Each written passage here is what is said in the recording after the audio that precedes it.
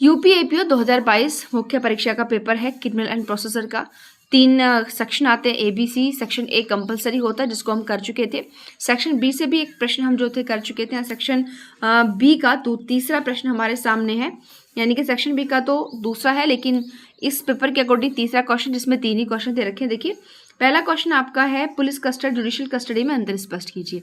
तो जब हम सभी पढ़ते थे 167 CRPC या फिर आप पढ़ते हैं 187, ठीक है, 6 की जगह 8 लगा दीजिए बीच में, 187। उसमें आपको देखने के लिए मिलेगा कि जब पुलिस किसी व्यक्ति को विदाउट वारंट अरेस्ट करती है तो सेक्शन 58 ये बात कहता है कि भाई आप उसे जो है विद इन 24 आवर आने जाने के समय को छोड़कर मजिस्ट्रेट के सामने प्रस्तुत करो। लेकिन अब ऐसा नहीं हो पाता है तो 187 अब उसको आगे और टाइम पीरियड दे रहा है। भाई ठीक है, नहीं है तो तुम जो है 60 दिन 90 दिन का टाइम दे रहा है, कितने दिन के अंदर इन्वेस्टिगेशन करो। तो ये ना 90 दिन या 60 दिन है सजा के अकॉर्डिंग। अगर अपराध ऐसा है जिसमें आपका 10 साल से ज़्यादा का पनिशमेंट हो, ठीक है, मृत्युदंड आजीवन कारावास 10 साल से ज़्यादा का हो तो 60 डेज होगा। और अगर आपका उससे नीचे कोई और ऑफेंसेस है तो आपका 60 दिन होता है, ठीक है। इनके 10 साल से ज़्यादा वाला आपका 90 दिन और 10 साल से नीचे वालों में आपका 60 दिन हो जाएगा। बट यहाँ पर 187 में एक ड्यूरेशन और ऐड कर दी है कि जो आपका 15 डेज़ की रिमांड होगी, ये अगर 90 डेज़ वाली सिचुएशन है तो 60 दिन में कंप्लीट करनी होगी, शुरुआती 60 दिन में, और अगर 60 डेज़ वाली है तो 40 डेज़ में कंप्लीट करनी होगी, ठीक है। तो इस तरीके से आप यहाँ पर पढ़ें। और एक चीज़ आप देखेंगे कि दोनों जो प्रश्न है आपके 187 से ही बिलोंग करते हैं, A भी और B भी।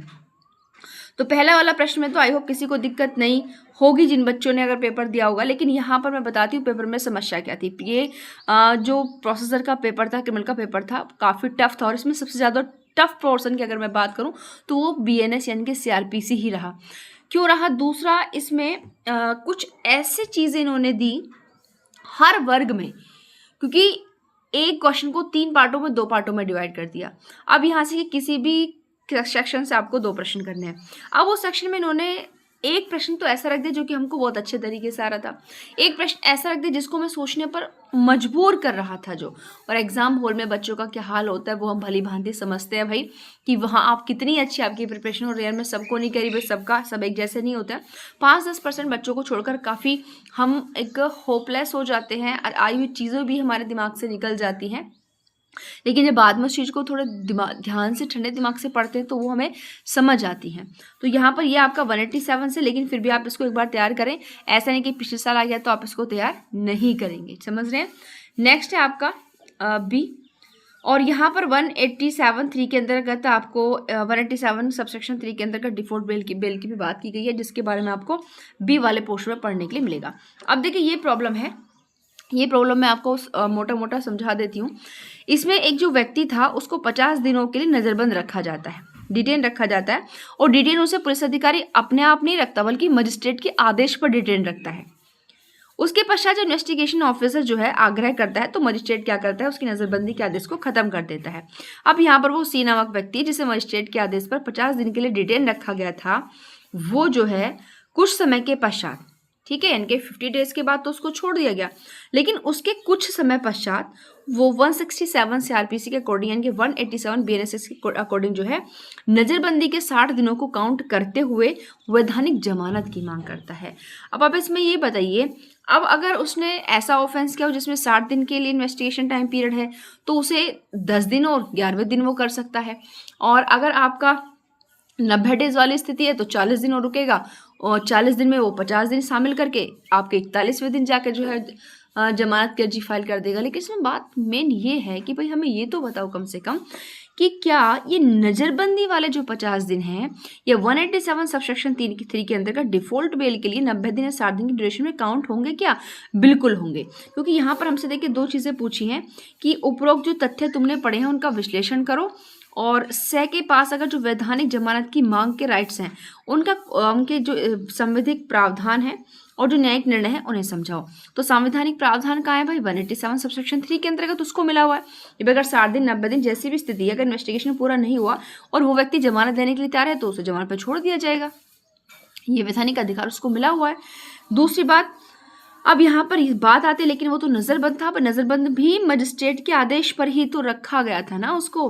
अब इसमें केस आता है आपका गौतम नवलखा बनाम नेशनल इन्वेस्टिगेशन एजेंसी, 2021 का ही ये मामला था। इसमें सिंपल कहा था ऑनरेबल सुप्रीम कोर्ट ने कि नज़रबंदी का आदेश अगर न्यायालय ने दिया है तो उसे कस्टडी में काउंट किया जाएगा। तो हमको यहाँ को इसको इस तरीके से फ्रेम करके बताना है, ठीक है।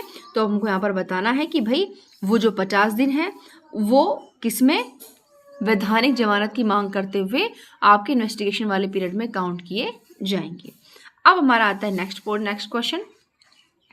ये कह रहा है कि दंड प्रक्रिया संहिता के अंतर्गत किसी व्यक्ति को भगोड़ा किस प्रकार घोषित किया जा सकता है।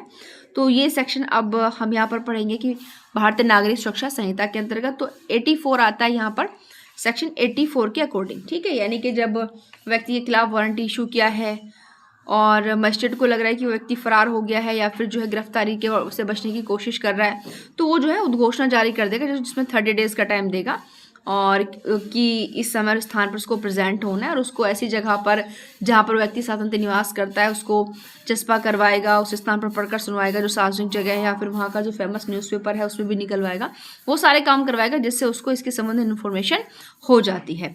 और इन सब के बाद अगर वो नहीं आ रहा तो वो क्या हो जाएगा, आपका एब्सकॉन्डेड डिक्लेयर हो जाता है और 85 से उसकी प्रॉपर्टी वगैरह की जो है कुर्की स्टार्ट हो जाती है।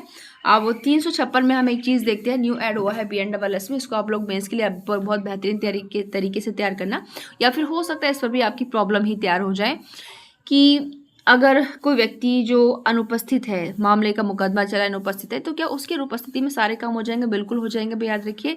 लेकिन उसको जो है टाइम पीरियड मिलता है 30 डेज बाद में। यहाँ पर हमारी BNSS में एक काम कर दिया गया है कि कानून को थोड़ा ना लचीला टाइप्स बना दिया। लचीला कैसा कि हर जगह रिलैक्सेशन दे दिया टाइम के अकॉर्डिंग। CRPC में क्या था कि भाई ठीक है तुम नहीं आ रहे तो तुम्हारा जो है मामला डिसमिस हो गया, लेकिन यहाँ पर क्या, यहाँ पर हर चीज़ के लिए टाइम फिक्स कर दिया, ठीक है। एक हमारा सेक्शन आता है 272, जो पहले 249 में था CRPC में, अब 272 में हो चुका है, परिवादी की अनुपस्थिति। पहले हमने क्या देखा कि मामला जो है परिवाद पर संस्थित किया गया है, मामला असंज्ञेय प्रकृति का है, और लेकिन अगर मजिस्ट्रेट ने आरोप और उसका मतलब शमन किया जा सकता है, और मजिस्ट्रेट ने अगर आरोपित नहीं किया और परिवादी अगर तारीख पर उपस्थित नहीं होता है तो फिर वो क्या कर देगा, उन्मोचित कर देगा अभियुक्त को। पहले सिंपल ये था 249 में, लेकिन अब 272 में क्या कर दिया, अब 272 में कर दिया है कि भाई तुमको हम 30 दिन का टाइम दे रहे हैं फिर से और आगे, अगर 30 दिन के अंदर तुम प्रेजेंट हो जाते हो तो ठीक है, अगर नहीं होते तो उसके बाद इसको उन्मोचित कर दिया जाएगा। तो यहाँ पर भी उसको टाइम पीरियड दे दिया। तो इस तरीके से टाइम पीरियड बहुत ज़्यादा शामिल किया गया BNSS में। अब यहाँ पर ये कि भाई 84 का जो उल्लंघन कर रहा है, मतलब भाई तुमको आदेशिका भी जारी कर दी है, उद्घोषणा इशू कर दी, तुम फिर भी नहीं आ रहे, तो 209 BNS के अकॉर्डिंग को दोषी माना जाएगा। आप इसको भी शामिल कर सकते हैं, ठीक है। और ये 5 नंबर का इससे सब बहुत बड़ा लिखने की हमको आवश्यकता नहीं होती। हमको पूरा प्रोसीजर आप 84 में जो दिया हुआ है ना उसी को रिलीवेंट तरीके से बता दें, वही सफिशिएंट है, ठीक है, वही अपने आप में काफ़ी है भाई। अब आते हैं नेक्स्ट प्रश्न पर। देखिए नेक्स्ट प्रश्न भी प्रैक्टिकल तरीके से पूछा गया था। जैसे मैंने कहा कि करने से पहले सोचना पड़ता है, इस तरीके के वो आपको सेक्शन देते हैं कि भाई इसमें से कौन सा प्रश्न, इसमें से तो एक प्रश्न तो बेहतरीन तरीके से आ रहा है, एक हमको बिल्कुल भी नहीं आ रहा। जैसे आप इसमें देखेंगे चौथे में भी आपके 2 प्रश्न दे रखे हैं। अब आप दूसरा देखेंगे तो बिल्कुल ईजी है कि पुलिस का बिना वारंट के गिरफ्तार कर सकती है। कौन सा सेक्शन कह रहा है भाई, 35 कह रहा है, तो BNSS का पहले 41 था। और ऐसी गिरफ्तारी के पश्चात पुलिस को किस सांविधिक प्रक्रिया का पालन करना होता है, स्पष्ट कीजिए। तो यहाँ कौन सा है भाई, तो 35 बताइए कब पुलिस वारंट के बिना गिरफ्तार कर सकते हैं, लेकिन 35 हमको सारे क्लॉजेस नहीं बताने, वो सारी कंडीशन बतानी है जिनमें बिना वारंट के गिरफ्तार किया जा सकता है। 7 आप और इंक्लूड कर सकते हो, बट बीच की जो 2, 3, 4, 5 क्लॉजेस हैं उन्हें यहाँ पर बताने की आवश्यकता नहीं है। उसके बाद गिरफ्तारी के पश्चात क्या करेगा भाई, कि उसको ये बताएगा कि तुमको क्यों गिरफ्तार किया गया है, क्या तुम जमानत दे सकते हो इस मामले में, तुम्हारा अधिकार जमानत है या नहीं है, अधिकार स्वरूप। उसके पश्चात उसके मित्र रिलेटिव्स को सूचना देगा, उसकी तलाशी लेगा, उसका चिकित्सक के परीक्षण कराएगा, उसके स्वास्थ्य की देखभाल करेगा, फिर उसे मजिस्ट्रेट के सामने लेकर जाए। ये सारे प्रोसेस जो है बात के होते हैं, जो कि आपको सबको चैप्टर 5 में देखने के लिए मिल जाता है। तो इसमें इसे देख के खुश हो जाएगा बच्चा, ठीक है। लेकिन ऊपर वाला देखेगा भाई कि जिले में आपराधिक प्रशासन के नियंत्रण करने हेतु प्रमुख कौन होता है, ठीक है। और फिर उस जिला प्रमुख की शक्तियां पुलिस दल के प्रमुख की शक्तियों से कैसे भिन्न है। तो यहाँ पर दो लोगों को पूछा जो डिस्ट्रिक्ट की पूरी बागडोर संभालते हैं। सबसे पहला यहाँ पर अगर हम देखें जिले में आपराधिक प्रशासन का नियंत्रण करने वाला प्रमुख कौन होता है, तो वो हमारा डीएम होता है। ठीक है, इसमें आप पुलिस एक्ट भी रिलेट कर सकते हो, सेक्शन 3 सेक्शन 4 जो आते हैं आपके, वही तो कहते हैं ना कि डीएम क्या होगा, जो आपराधिक प्रशासन रहता है उस पर उसका कंट्रोल रहता है। साथ ही हम यहाँ पर BNSS के सेक्शन 14 को भी खोल सकते हैं। क्यों? क्योंकि 14 के अकॉर्डिंग ही तो उसको अपॉइंट करती है ना राज्य सरकार, क्योंकि पूरे क्षेत्र का लॉ एंड ऑर्डर संभालने का काम किसका है भाई, डीएम का ही होता है। और फिर हम उनकी पावर अलग अलग करनी है। ठीक है, उनकी पावर बिल्कुल अलग अलग है भाई। यहाँ पर माना हमने कि पुलिस के पास भी निवारक कार्य है, बट कम है पुलिस के पास निवारक कार्य। पुलिस क्या करेगी, मानो उसे अगर कहीं से इन्फॉर्मेशन मिली है तो जाके उसको पकड़ लेगी। ठीक है, या फिर अगर पुलिस को ये लग रहा है कि भाई कोई जो व्यक्ति है लड़ाई झगड़ा हो गया है कहीं पर, और अगर उसको नहीं रोका गया तो फिर वहाँ पर कॉग्निजेबल ऑफेंस हो सकता है 170 में। इस तरीके की चीज़ें वहाँ पर दी हुई हैं। 163 में आपने देखा, BNSS 144 जो CRPC होता था, ये सब काम क्या है भाई, आपराधिक प्रशासन को कंट्रोल ही तो कर रहा है, वो अपराध होने से पहले उसको कंट्रोल कर रहा है। लेकिन मोस्टली इन लोगों का काम क्या होता है, निवारक कार्य इनके भी पास है, लेकिन ज़्यादातर ये काम क्या करते हैं, जब वो ऑफेंस हो चुका होता है तो उसके बाद उसके मामले की इन्वेस्टिगेशन वगैरह के लिए। तो ये कि अपने जितना भी पुलिस स्टाफ रहता है, जितना भी डिस्ट्रिक्ट के अंदर पुलिस बल है, सब पर इसका कंट्रोल रहेगा, नियंत्रण रहेगा, मामले की जांच सुचारू रूप से हो रही है नहीं हो रही है, उनको आदेश देना, सब कुछ करना क्या है आपका एसपी का काम होता है। एसपी होता है जिले में आपका सबसे बड़ा। ठीक है, और पुलिस दल के प्रमुख। और यहाँ पर अगर हम आए अब क्वेश्चन नंबर 4 का बी, ठीक है, ये 4 का बी हम कर चुके हैं। देखिए अब हम आते हैं क्वेश्चन नंबर 5 पर। अब हाँ, क्वेश्चन नंबर 5 पर ये है कि जो ये क्वेश्चन दोनों बिल्कुल थोड़े ठीक से लग रहे हैं, लेकिन अब ये दोनों क्योंकि BNS से, क्योंकि हम लोग ना BNS या IPC बहुत ज़्यादा पढ़ते हैं, तो इसलिए इसके प्रश्न हमको थोड़ा ठीक से लगते हैं। इसलिए यहाँ पर भी देखिए प्रॉब्लम है कि ये एक व्यक्ति क्या कर रहा है कि शॉपिंग मॉल में जहाँ पर महिलाएं कपड़ा बदलती हैं मोस्टली, वहाँ पर एक गुप्त कैमरा लगा देता है और जो वीडियो होती है फिर उन्हें अपने मनोरंजन के लिए कलेक्ट कर लेता है। तो उसने कौन सा ऑफेंस किया है, तो यहाँ पर वो क्या कर रहा है भाई, दृश्यरति का वोयूरिज्म कर रहा है, किसी महिला के फोटो खींच रहा है। यानी कि ऐसी स्थिति में जब वो महिला अपने को प्राइवेट वर्क कर रही है, ऐसी सिचुएशन में उस महिला के फोटो वगैरह खींच रहा है, तो वो व्यक्ति कहाँ दोषी होगा भाई, 77 BNS के अकॉर्डिंग दोषी होगा। अब इसको फ्रेम कैसे करेंगे भाई, वो हमसे दैखिक क्रिमिनल लायबिलिटी पूछ रहा है, तो हमको पहले क्या बताना है कि वो कौन से भारतीय न्याय संहिता के सेक्शन 77 के अकॉर्डिंग दोषी होगा। अब 77 क्या बात करती है, वोयूरिज्म बात, दृश्यरतिका की बात करती है। अब 77 तो बहुत बढ़िया, पूरी थोड़ी खोलेंगे, अब सिंपल थोड़ा बहुत उसमें बता सकते हैं कि जब कोई महिला अपने किसी जो प्राइवेट काम है उसमें लगी हुई होती है, ऐसी स्थिति में उस व्यक्ति का महिला का फोटो खींचना, वीडियो बनाना, इस तरह के जो काम है वो क्या आएंगे, आपके वोयूरिज्म की कैटेगरी में आएंगे। इसमें एक्सप्लेनेशन है, वो ये भी कह रहा है कि अगर महिला की कंसर्न से आपने फोटो खींचा है लेकिन वो उसको प्रसारित करने से मना करती है और आप ऐसा अगर कर रहे हो तो भी आप यहाँ इसके अंतर्गत दोषी माने जाओगे। तो यहाँ आप देखेंगे बिल्कुल। इसके बाद आपको बताना है कौन से सेक्शन के अकॉर्डिंग होगा। सेक्शन के बारे में सिंपल लैंग्वेज में 3 से 4 लाइन में आप बता दीजिए और फिर आपको पूरी की पूरी प्रॉब्लम एनालिसिस करनी है। ठीक है भाई, डिसीजन जब हम किसी केस की स्टडी पढ़ते हैं तो उस स्टडी को एनालिसिस करते हैं, सेक्शन थोड़ी इलेबोरेट करते रहेंगे पूरा, तो फिर आपको इसको बताना, फाइनल में आपको जजमेंट लिखना है। ठीक है, कि वो इस धारा के अंतर्गत इस अपराध के लिए दंडित माना जाएगा।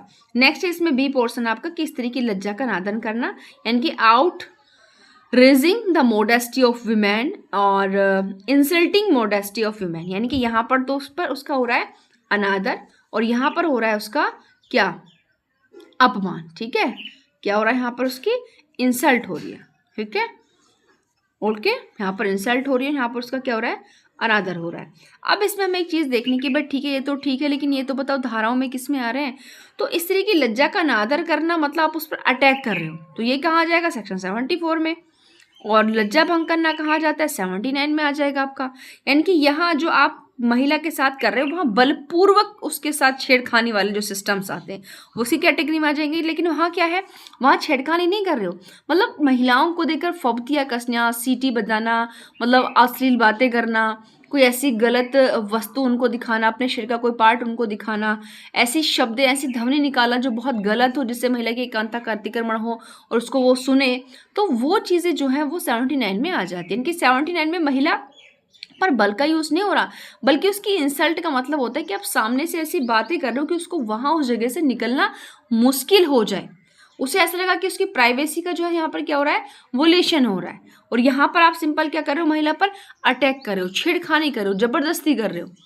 ठीक है, तो इसलिए आपने देखा होगा कि 354 जो हम पढ़ते थे आईपीसी का, और उसमें 376 में काफ़ी मिसअंडरस्टैंडिंग होती थी कि मामला कहीं 354 में है, कहीं 376 में, तो वो सारी चीज़ें यहाँ पर इंक्लूड हो जाती हैं।